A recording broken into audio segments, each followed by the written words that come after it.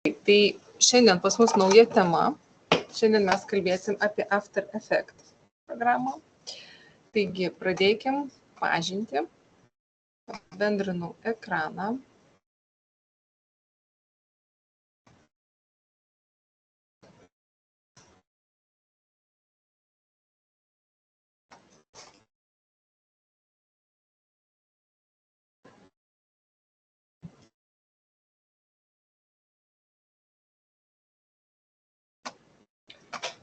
Gerai.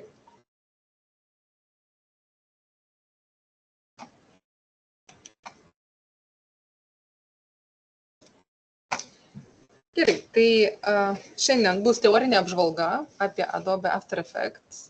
Kaip ir žadėjau, mes pereinam prie šitos programos, būtent antram kurse. Tai kas yra Adobe After Effects? Tai visų pirma, tai yra viena iš populiariausių ir galingiausių vizualinių efektų animacijos bei kompozicijos kūrimo programų, kurią naudoja profesionaliai būtent kino, televizija, reklama, multimedijos srityje. Tai ši programinė įranga suteikia būtent galimybę kurti įspūdingus, judančius, specialius efektus, 2D ir 3D animacijas. Tai programa tikrai galinga. Iškart noriu pasakyti, kad reikia tobulinti savo žinias. Apart to, ką gausit per pamokas, jūs dar turit ir savarankiškai įdėti pastangų tam, kad išmoktumėte dirbti su šitą programą. Tai pagrindinės funkcijos, kurias reikės jums naudoti, būtent kurias turi pačią tą programą After Effects, tai yra vizualiniai efektai.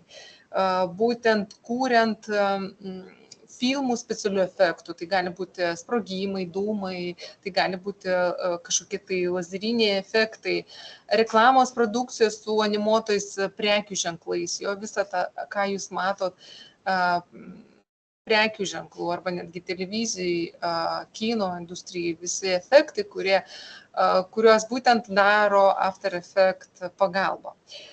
Televizijos šou, laidų ir vaizdo žaidimo grafikas, ne? Tai visa vaizdo žaidimo grafika irgi susijęta su After Effects. Tai judančių vaizdų, tai naudojant motion graphic. Jau kas yra motion graphic, jūs tikrai žinot, mes Premiere apie tai kalbėjom, bet čia yra, aišku, tikrai daug daugiau galingesnės funkcijos, kurios leidžia animuotus grafikus, būtent tos elementus judėti taip, kaip jūs sugalvosit. Tai ne tik tai pozicija ir scale, tai ką jūs darėt Premiere, bet čia jau yra labai daug galimybių. Timeline laiko juostą vartotojas, jūs galėsit kontroliuoti kiekvieno elemento judesį, būtent su timeline'u. Šiandien jūs per pamoką turėsit užduotį, kurioje suprasit, kaip veikia timeline'as ir kiek galimybių duoda būtent After Effects. Čia yra pirmieji žingsniai, po truputį jūs paskui suprasit daug daugiau. Toliau kompozicija, tai apima kelių skirtingų vaizdų, medžiagos sluoksnių sujungimo, tai sujungimo į vieną projektą, tai galima sakyti, kompozicijų gali būti daug, galit kurti vienam projekte, paskui tas kompozicijas galima sujungti. Taip pat labai čia ir vis tobulėja tas įrankis 3D objektų kūrimas, tai būtent 3D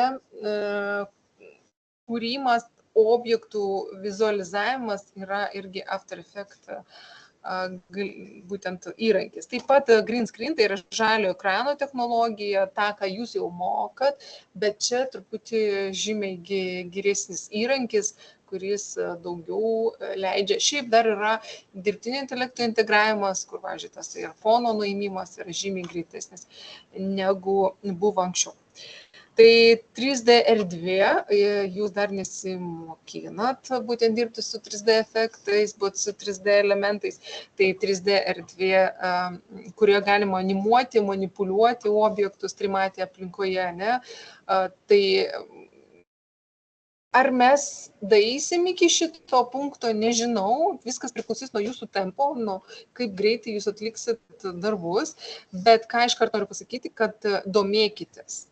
Ypač naudojame 3D modelių, kaip ką galima tą daryti. Efektai, perėjimai, belie kiek yra efektų, yra įmontuotų daug filtrų, tai yra viduje programos yra ir efektai, ir filtrai. Aišku, jų gan būna per mažai ir jos reikia dar instaliuoti, tai reiškia, kad galima kurti papildomus efektus, tai yra nekurti, o būtent parsisiųsti ir instaliuoti. Taip pat, kas yra gerai, integracija su kitom Adobe programom. Reiškia, After Effects, Kevinai, atsisėdai ramiai. After Effects integruojasi su kitom programom. Tai Premieras, Photoshopas, Illustratorius, visas įrankius, kuriuos jūs žinot. Su jais galima laisvai dirbti After Effects programoje, integruojant ir kuriant intro, outro efektus. Jo, tai tas yra. Ir be abejo, keyframe'ai, tai yra animacija, ką mes darėm su jumis praeitą pamoką, būtent darbas su keyframe'ais. Kaip ir minėjau, kad ta užduotis, kurią jūs praeitą kartą darėte, tai yra trumpa tokia įžanga į After Effects.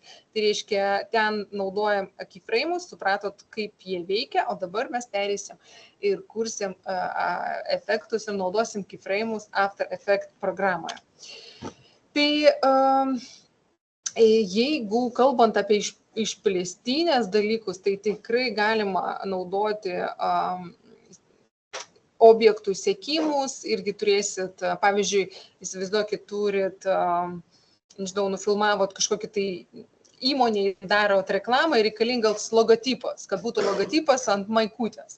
Tai o jūs galite tiesiog su trekinimu pridėti tą logotipą ir tas logotipas atsiras jūsų nufilmuoto medžiagoje. Tikrai ten yra tiek visko daug, tik reikia galingo kompiuterio, kuris paneštų, kaip sakant, visus efektus, kuriuos jūs darysit ir, aišku, jūsų išmanumo. Tai va, tai pluginų yra irgi daug, su pluginais mes susipažinom Premiere, aš jums, man atrodo, apie Motion kalbėjau, dabar klausimas Motion Pro ir apie kitas pluginus, nepamenu. Dabar paskui jūs man priminkit. Tai parodysiu After Effects irgi, kur yra kokie pluginai ir iš kur galima jas parsisiųsti. Šiaip irgi patys domėkitės, nes tikrai pluginų pagalba jūs galėsit greičiau atlikti tam tikrus dalykus, bet aišku, reikia žinoti, kaip jas redaguoti. Tai pabaigai praktinis naudojimas, būtent profesinės galimybės tikrai yra didelės. Galiu iškart sakyti, kad mano mokiniai, vaikinai, atliko praktiką LRT komandoje ir iškart noriu pasakyti, LRT dirba tik su After Effects'ais, montuoja būtent visas laidas, daro visas animacijas, kas susieto su tekstu, tai daro tik tai su After Effects ir tikrai reikia tobulėti būtent šitoje srityje, domėtis, nes tikrai įrankis yra nepakeičiamas. Jis naudojamas visam pasaulyje ir tikrai bus pliusas, kad jūs mokėsit dirbti su šiuo įrankiu, galimybės būtent darbo srity tikrai didesnis. Tai dabar toliau kalbant, mes pereinam prie pačios programos. Tai pirmą aš noriu parodyti, kad pamokas jūs galite dar surasti papildomai Adobe.com, tai yra After Effects. Čia mes žinom, kad Adobe yra mokamas, įeina į paketą, jeigu įmam visą cloudą, tai atskirai matot, irgi jo kaina yra gan brangi. Tai studentams ir dėstytojams yra nuolaidų, tai jūs tą žinot. Šitoj vietoj, pažiūrėkit visi, mes matom, sukiokit titrus, tai reiškia visos tos efektų, titrai, atsiradimas tų dūmų, tai visi tie dalykai darome After Effects'ai, taip pat yra animuoti, tai su pagalba kadrais paprasčiausių būdų galima animuoti. Pamenat, mes darėm su jumis praeitą pamoką irgi tokių figūrų animacijas, tai čia lygiai taip pat, tik tai jau kiečiau tikrai kūrima animacija. Tam tikri būtent nustatymai judančių objektų, paryškinimų spalvų, labai daug efektų, kuriuos jūs galėsit kurti su After Effects. Tai ok, gerai, tada įžanga yra.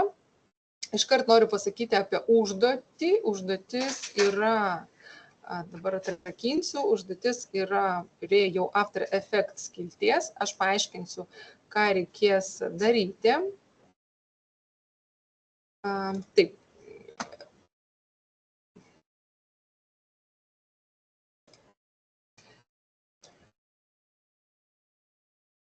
Čia naujas kažkoks tai įrankis atsirado Moodle aplinkoje. Jūs turėsit footage, kurį reikės parsisiųsti. O dabar po truputį pradėsiu pasakoti apie After Effects.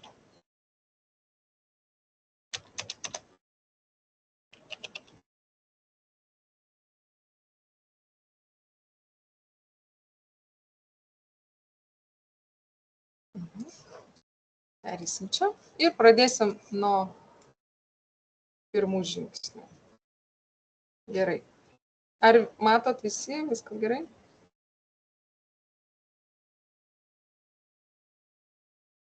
Čia padidintas ekranas. Taip, tai įsijungę After Effects, jūs matot naują langą, kuriame, kaip ir Premiere, jūs galite rasti savo projektus, kuriuos darėt prieš tai. Arba sukurti naują projektą spaudžius New Project. Spaudžius New Project pas jūs neatsiras taip kaip Premiere, kad reikia užvardinti, kad reikia nurodyti lokacijos, pas jūs tokio dalyko čia nebus. Reiškia, čia yra ne projektai, o pavadinimas yra kompozicijos. Jo, tai kūrimas yra kompozicijos. Tam, kad sukurti naują kompoziciją, dabar visi žiūrim į lentą, tam, kad sukurti naują kompoziciją, mums reikalingas būtent per vidurį, va čia mes matom kompozicijos pavadinimas, nauja kompozicija. Bet gal dabar mes padarom taip. Aš iškart noriu parodyti, ką mes čia turim. Taip.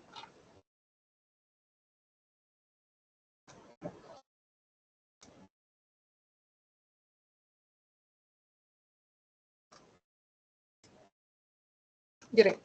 Tai reiškia, turim vėlgi kelis langus. Ne? Tai pirmas langas, tai yra mūsų kompozicija, tai yra mūsų projektas.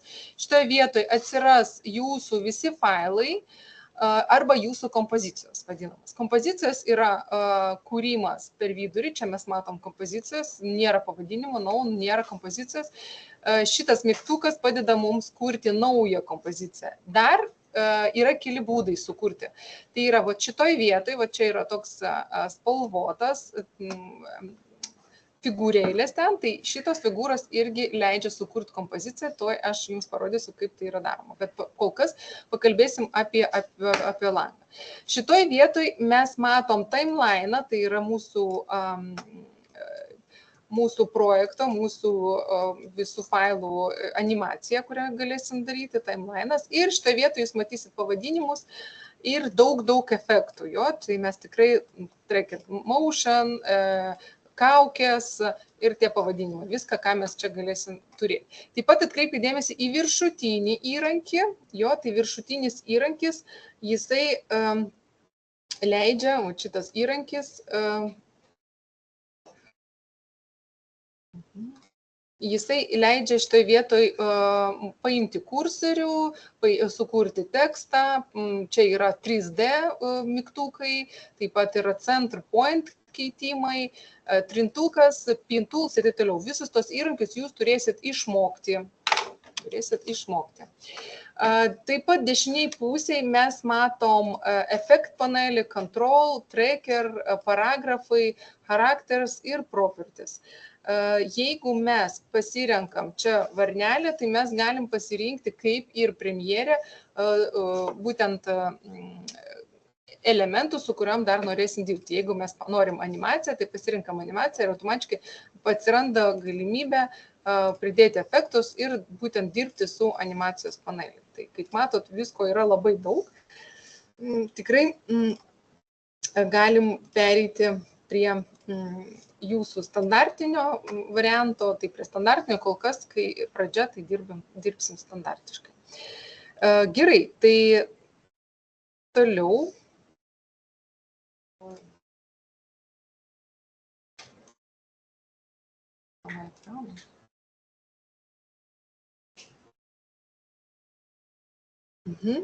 Toliau pakalbėsim apie kompozicijos kūrimą. Tai iškart parodysiu, kaip kūriama kompozicija. Pirmas būdas. Spaudžiam New kompoziciją. Atsiranda pas mus. Kur kažkur tai atsirado, kur atsirado?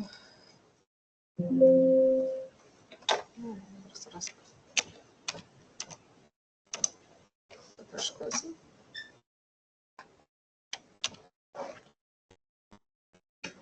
Ir nauja kompozicija. Ai va, trečiam lange atsirado man kompozicijos nustatymai ir šitoje vietoje mums siūlo, kaip ir premjerė, užvardinti. Tai vėlgi noriu pakartoti, kad nepamirštume teisingai užvardinti savo projektus, savo kompozicijas. Tai yra užduotis, galima taip, After Effects numeris 1. Jo ir aišku vardas. Būtinai, kad aš žinočiau, kieno projektas. Toliau, šitoje vietoje yra nustatymas tvarkingas HD, jūs galite keisti FPS-us, galite keisti HD, jeigu reikia socialinį mediją, aišku, viską irgi kūrimas su After Effects, tai socialinį mediją irgi čia galėsim kurti projektus. Toliau, šitoje vietoje mes matom backgroundas. Backgroundas tai fonas, jeigu jūs kažką animuosit ir jums reikia, kad fonas būtų tam tikros spalvos, tai jūs galite paimti žalią spalvą, OK, ir paspaudžius OK, pas mane atsiranda ne juodas, o žalios spalvos ekranas. Jo, tai jeigu tai nori tiesiog animuoti figūras ir reikalingas fonas. Aišku, galima keisti, eiti kompozicijos settingsas ir jis leidžia jums padaryti tam tikras korekcijas, netgi jau kuriant jūsų animaciją. Tai čia pirmas būdas. Antras būdas, va čia ant šitos piktogramas paspausti, išmeta tą pačią lentelę, kurią jūs užvardysit, kieno projektas. Ir kitas, trečias būdas, tai yra kompozicija, new kompozicija, tai kada vėlgi susikūrėm naują kompoziciją. Tai yra trečias ir dar yra vienas būdas, kurį aš dabar jums parodysiu, aš įkelsiu visus footages, kuriuos aš turiu, ir žiūrėkit, kaip kūriama kompozicija. Pats lengviausias gal būdas. Aš paimu, žinau, kad pas mane darbas prasidės nuo backgroundo, aš paimu šitą backgroundą ir tempiu į apačią. Ir pas mane automatiškai atsiranda nauja kompozicija, kurioje mes galėsim kurti. Aišku, aš dabar įkėliau į mano kompoziciją šitą, bet aš galiu paimti ir įkelti čia, ant šito. Ir pas mane atsiras kitą kompoziciją. Matot, atsirado antrą. Tiesiog reikia suprasti, kad mes galim turėti labai daug kompozicijų. Ir čia vis gali atsirasti ir atsirasti. Va, žiūrėkit, aš dar kiek aš padarysiu. Ir pas mane, va, čia vyksta darbas. Dirbu su šitą kompoziciją, paskui perinu prie šitos kompozicijos. O paskui šitą projektą aš galiu įkelti ir į šitą projektą. Aš galiu juos sujungti. Ir tada, kaip matot, pas mane kompozicijoje atsirado viduj dar kompozicija. Čia yra tikrai labai galinga programa, joje galima kurti daug tikrai skirtingų efektų. Svarbiausia dabar suprasti, kaip veikia. Dabar aš įkėliau backgroundą, įkėliau į apačią, pas mane atsirado timeline'as, kurį aš galiu iškart pasakysiu, pas jūs truputį bus kitaip, yra apačioj, va čia yra tokie 4 mygtukai. Pavyzdžiui, pirmas, kada mes matom trumpą informaciją, Gediminai, kada mes turim jo. Toliau antras, mes matom daugiau pasirinkimo. Ir trečias, kada mes matom dar laikas, iki kada ir mes nuo kur in ir output, ne, in ir iki kur. Šiaip trečias tas nebūtinai. Ir dar vienas irgi, kuriam parodo render time. Kiek renderins, pavyzdžiui, šitą projektą irgi galite sužinoti, kiek maždaug užims laiko. Bet tų dviejų kol kas mums tai reikia, būkit pasispaudę 2. Gerai, tos 2 ženkliukus. kad būtų iškart jums aiškiau. Dabar turim backgroundą, iškart noriu atkreipti dėmesį. Norint priartinti, padidinti jūsų ekraną, mes turim su ratuku tiesiog ir automatiškai mums didėja. Dabar, kai aš sumažinau langą, aš matau, kad pas mane backgroundas truputį yra didesnis negu reikia. Tai aš galiu tiesiog rankiniu būdu jį skailinti, keisti. Jeigu reikia, kad lygiai greičiai keistusi, tai mes shiftą laikom, nepamirškit jo. Jeigu norėsit logotipą sumažinti, laikykit shiftą, kad gražiai sumažėtų jūsų fonas. Gerai? Ok, tai žiūrim toliau. Dabar žiūrėkit, aš jums aiškinu užduotį. Noriu priminti, kad aiškinu vieną kartą. Reiškia, dabar parodau, jūs dabar žiūrit ir paskui atliksit užduotį, kuri yra pateikta Moodle aplinkoje. Jeigu bus klausimų ir aš žiūriu, kas žiūri, kas ne, aš tikrai neprieisiu ir neatsakysiu. Teks žiūrėti video pamoką, kurią aš dabar filmuoju. Konkrečiai ir aiškiai. Viens kitą supranta. Gerai, tai dabar šiandien jūs turėsit padaryti savo vardo animaciją, šiandien jūs turėsit padaryti intro, galbūt, aišku, su mano patiktais failais, bet ateityje darysit, aišku, su savo, bet vis tiek mokymusi prasme. Tai reiškia, dabar mes turim backgroundo ir man reikia parašyti savo vardą. Aš paimu T raidelę arba klaviatūrai spaudžiu T. Spaudžiu per vidurį ir rašau didžiosiam, aš noriu didžiosiam Jekaterina. Dabar paspaudžius Ctrl+A, aš pažymiu savo visą šriftą ir galiu koreguoti būtent mano tekstą. Tai dabar apie koregavimą.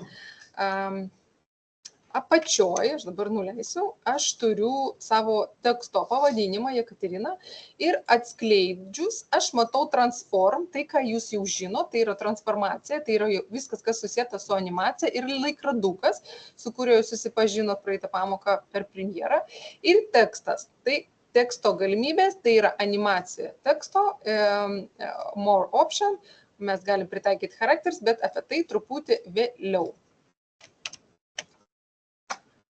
Gerai, tai dabar mes turim teksto properties, tai yra nustatymai mūsų teksto ir aš galiu keisti poziciją ir aš galiu keisti šriftą. Jo, tai vat koks šriftas man bus idealiausias, aš išsirinku tokį platesnį. Išsirinku šriftą, aš jeigu reikia pakeisti, galima tiesiog pakeisti, jeigu reikia vardo, ir su pelytės, paimant pelytę arba V spaudžius klaviatūrai, jūs galite taip keisti. Dabar, kas atsitiko, va dabar matėt, juodas buvo ekranas, pas mane buvo įjungtas kaplokas.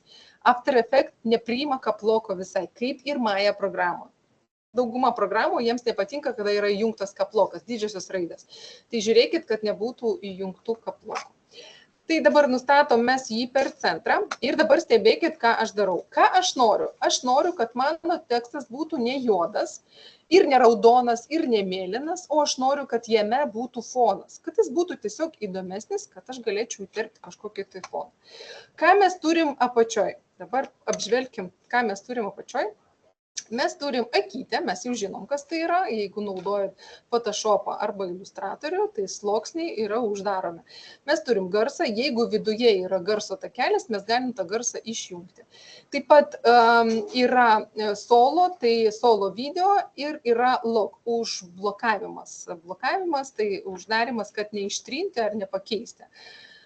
Čia pavadinimas ir apie šitos kalbėsim truputį vėliau, bet mes kalbėsim šiandien apie mode ir track mode ir linkas. Reiškia, ką tai reiškia? Linkai padeda, pavyzdžiui, ypač šitas straigė, padeda sujungti mūsų, pavyzdžiui, šitas backgroundas turėtų būti Jekaterinos varde viduj. Ką aš padariau? Pirmas būdas, aš tiesiog atidarau čia ir pasirenku mano vardą, tai yra tekstą Jekaterina, arba paimu šitą sraigę ir tempiu į savo vardą Jekaterina. Dabar ką tą duoda sraigė? Jeigu mes turim labai daug šriftų, tai šitą sraigę padeda tiesiog nutempti. Čia yra lengviau, negu kai jūs čia atidarot ir ieškot tarp daug failų. Tai reiškia, pirma jūsų užduotis tai yra parašyti jūsų vardą įterpus backgroundą. Taip, track and mode padeda būtent koreguoti. Šiaip jūs tą efektą galite naudoti, jūs galite paskui panaudoti bet kokį kitą efektą, tai yra gali būti ten gamta ir paskui padidėja tas vardas ir jūs kaip ir važiuojate tą vaizdą, ne, kas dabar yra irgi labai populiaru, bet kol kas mes to nedarom, mes darom tiesiog paprastą animaciją. Aš noriu, kad jūs išmoktumėte, suprastum, kaip dirbama su track and mode. Tai dabar pirmas dalykas pas mus padarytas, dabar man reikalingas backgroundas. Dabar backgroundą mes turim dėti po apačią. Jeigu aš uždėsiu ant viršaus, tai suprantama, ne, kad mes nematysim mūsų teksto. Tai be abejo, kaip ir sluoksnėse, layer, kai Photoshop iliustratoriai, mes turim galvoti, kur bus jūsų sluoksnės, jūsų būtent failas įkeltas. Tai dabar backgroundas, aš įkėliau backgroundą. Jeigu aš paspausiu S, aš galiu pažiūrėti ne rankiniu būdu, o tiesiog scaling, nuimant. Aš galiu pamatyti, koks mano backgroundas, kas jame yra, nes jis įsikelia labai didelis. Tai dabar jūs pamatėt, kad aš paspaudžiu greitai S raidelę. Tai dar noriu pasakyti, jeigu aš paspausiu P, pas mane atsiranda pozicija. Jeigu aš paspausiu S, pas mane atsiranda scale. Jeigu aš paspausiu, taip, kokie ten pas mus I, yra, tai jų atsiras kiti. Tai šiaip aš jums, aš jums į Moodle aplinką sukėliau greitų mygtukų pavadinimus. Nu, tas greitas, ne? A pozicija, entry point, P pozicija, S, P, R, O, ne? Tai ir automatiškai atsiranda. Tai arba jūs atidarot transform, arba jūs naudojat greitus mygtukus. Šiaip dažniausiai patogu. Jeigu jūs turite daug failų, Gediminai, ir mes norim visiems, pavyzdžiui, visus failus padidinti, aš pažymiu taip 2 failus ir spaudžiu S. Ir automatiškai jūs matot, kad atsidaro 2 scailai ir aš automatiškai galiu scailinti ir tą, ir tą. Čia yra laiko taupimas, galima sakyti. Laiko taupimas. Gerai, tai reiškia, background aš padariau, vardą aš foną įsikeliau, tikrai leidžiu fantazuoti, jeigu norit, kad jūsų vardą viduj būtų truputį kitoks paveiksliukas, tikrai leidžiu pasirinkti savo spalvos paveiksliuką ir naudoti savo projektą. Gerai, toliau, ką aš esu įkelusi dar jums į footage, tai yra, pavyzdžiui, rūkas. Jeigu aš taip pražiūrėsiu, pas mane, matot, nieko nėra. Jeigu aš įkelsiu į viršų, tai aš matysiu, kad pas mane yra rūkas ir jisai prasideda kažkaip neteisingai. Tai aš paspaudžiu P ir aš nurodau, kad jisai man eitų iš šono. Ir kas man beliko, aš apskritai galėčiau jį truputį praskailinti, kad jisai eiktų iki pat pabaigos. Ir ką aš turiu padaryti, aš turiu paspausti Add. Paspaudžius Add, pas jūs rūkas atsiranda ant jūsų projekto ir jūs galite naudoti tam tikrą efektą. Šiaip apskritai galima padaryti taip, kad pavyzdžiui jūsų to vardo ir backgroundo, kad jie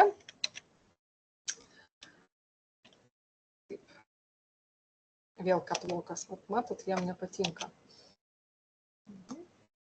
Keliu, spaudžiu Add. Ir, pavyzdžiui, šitą projektą aš truputį patolsiu. Ir paskui, pavyzdžiui, po šito rūko galėtų atsirasti mano vardas. Ne? Tai automatiškai tokiu būdu jūs galite padaryti tam tikrą animaciją. Tai irgi galit pradžioj, kad atsirastų gal sparksai. Ne? Čia sparks, įdedam sparksai ir pažiūrim. Ir atsiranda sparksas. Galbūt truputį jį reikia irgi prie mūsų projekto, prie mūsų vardo. Ir tada, aš čia padidinsiu, ir tada sparksai, matot, sparksai ir atsiranda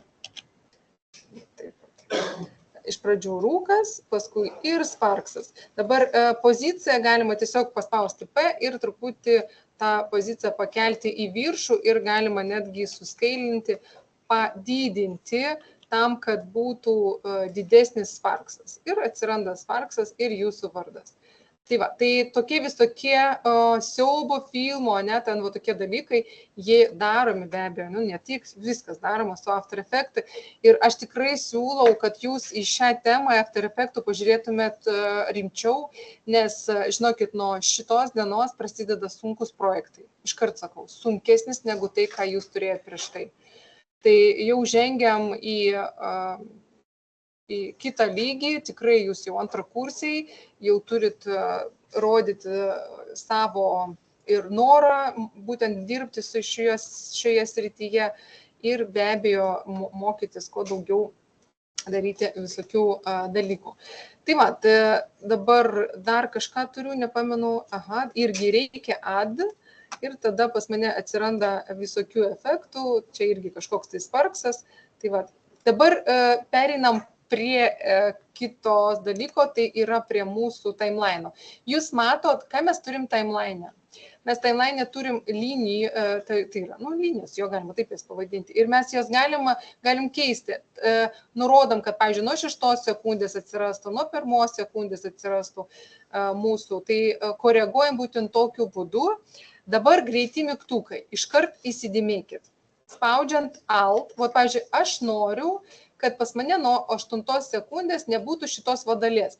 Nėra čia nukirpti yra tik tai taip, aš taip galiu nukirpti, ne? Bet taip, kad visam nukirpti, aš turiu spausti Alt ir laužtinės skliaustai dešinės pusės. Laužtinės skliaustai po Ž raidę, laikant Alt ir mes iškart nukirpam šitą dalį. Gerai, aišku, jeigu man reikia iškirpti priekį, tai aš spaudžiu Alt ir laužtiniai skliaustai į kairės pusę. Ir tada dingsta kairiai pusiai. Reiškia, čia bus vis vien daugiau tokių, galima sakyti, greitų mygtukų. Ir netgi eksportuoti čia yra tas pats mygtukas, kaip aš jūs mokinau Premiere, nors ten yra eksport mygtukas, šiaip čia yra Ctrl+M, lygiai taip pat kaip ir Premiere, bet truputį vėliau papasakosiu apie eksportavimą. Taip, tai dabar dėl laiko, dėl šitos juostos labai svarbu. Jeigu jums reikia padaryti 10 sekundžių video, jūs turit šitoj vietoj, atkreipkite dėmesį, čia matot, yra kursorius, jūs turit nurodyti, kad man reikia renderinimo iki 10 sekundės. Tikiuosi, jūs įsidėmėjot. Tai yra labai svarbus dalykas. Reiškia, nurodot, kad iki 10 ir tada man tas plays, nes jisai, kai pas jūs tas raudonas bėgs, tai reiškia, jisai, perskaito jūsų pats efektas, perskaito visą jūsų projektą, tas kursoris gali nejudėti. Jam reikia būtinai būtent perskaityti. Toliau jisai turi judėti. Galbūt dėl to, kad aš priartinu dabar ekraną. Ir jis iki čia daeina ir toliau neeina. Jo, tai jūs būtent eksportuosit tik 10 sekundžių. Jeigu jūs norit matyti plačiau, tai jūs irgi šitą liniją praplatinat, kad jeigu norit kas sekundę matyti. Pas mane yra dabar projektas nustatytas 15 sekundžių. Gerai, jeigu man reikia projektas, kad būtų 30 sekundžių, o pas mane čia yra 15. Ką aš darau? Kas žino? Toliau, composition. Gerai. Teisingai. Tai reikia man pakeisti kompozicijos settingse, kiek reikia sekundžių. Mes atidarom čia, nurodom 30 ir spaudžiam OK. Automatiškai mano juostai atsirado 30 sekundžių ir aš galiu koreguoti ir mano render ir mano kitus parametrus. Ar viskas aišku? Kompozicijos settingsas yra labai svarbus. Jeigu jūs įkelsit, pavyzdžiui, medžiagą 4K, reikia pakeisti į HD paprastą formatą mūsų, tai nepamirškit, mes einam kompozicijos settingsas. Tai yra labai svarbu. Gerai, tvarkoj. Reiškia, tai yra toks projektas, kurį šiandien turėsit atlikti dabar dėl keyframe. Jeigu vis dėlto jūs nusprendėt, vaikinai, kad jūs norit padaryti animaciją, tai jūs galit padaryti animaciją, naudojant keyframes. Dabar aš pakelsiu truputį į viršų ir, pavyzdžiui, mano pavadinimas ir aš norėčiau, kad jisai kažkaip įdomiai atsirastų mano tekstas. Tai aš tada šitoj vietoj, jeigu aš noriu, kad būtų scale arba pozicija arba opacity, aš dedu čia šitoj vietoj, pavyzdžiui, pradžioj galiu dėti tą keyframe ir truputį vėliau aš tą keyframe atidarau iki 100. Tai teksto reikia keyframe. Ir tada jūs tekstui padarot animaciją. Tekstui ir nurodot, teisingai, aš ką nepadariau 0. Taip, padarom 0, iš pradžių mes jį, kad jo nebūtų, tą mūsų teksto, ir paskui padarom 100, kad jisai atsirastų. Tai va, tokiu būdu pas mus atsiranda animacija, kad tekstas po truputį atsiranda. Aš norėčiau, kad jūs irgi padarytumėt animaciją arba savo pavadinimą, aišku. Norit, galit grupę, bet šiaip nereikia. Geriau, kad būtų pavadinimo ir štai vietoj padarot keyframes. Šiaip su keyframes irgi yra edit grafikas, kur parodo, kaip grafiškai padaryti animaciją. Yra dešinė klavišės pelytės, galima keisti, ar tas atsiras gražiai ir užsibaigs gražiai. Irgi galima pakeisti, automatiškai pas mane, matot, keičiasi rodiklės out. Ir keičiasi rodiklės. Tai reiškia, kad būtent jūsų animacija gražiai atsiras ir kaip gražiai, matot, galima keisti laiką, tai tiesiog paimam už keyframe ir pakeičiam. Dabar paskutinis, ir aš išleisiu jūs į pertrauką, tai yra eksportavimas. Kaip reikia eksportuoti jūsų projektą. Spaudžiam Ctrl+M ir paspaudžius Ctrl+M pas mane atsiranda render,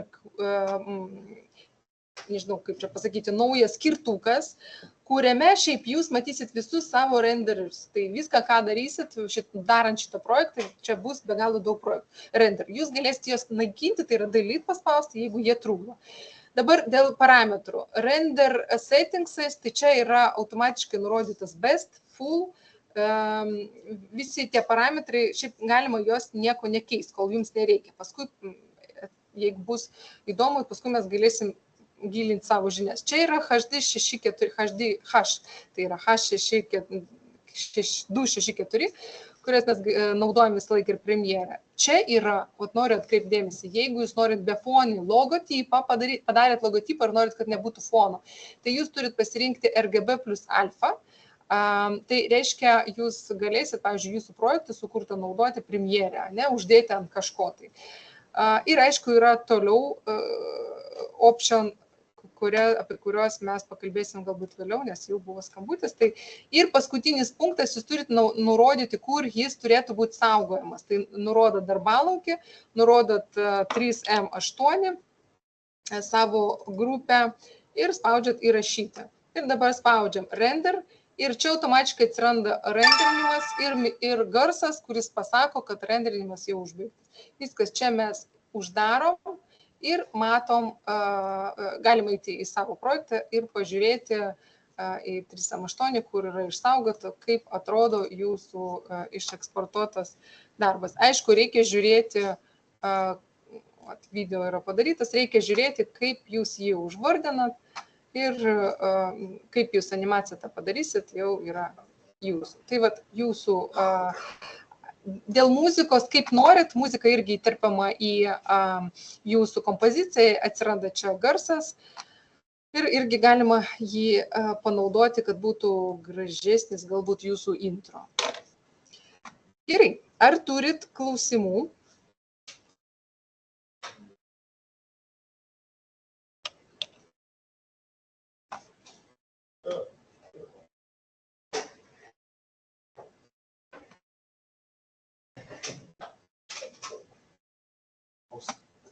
Gerai, tai galite eiti į pertrauką.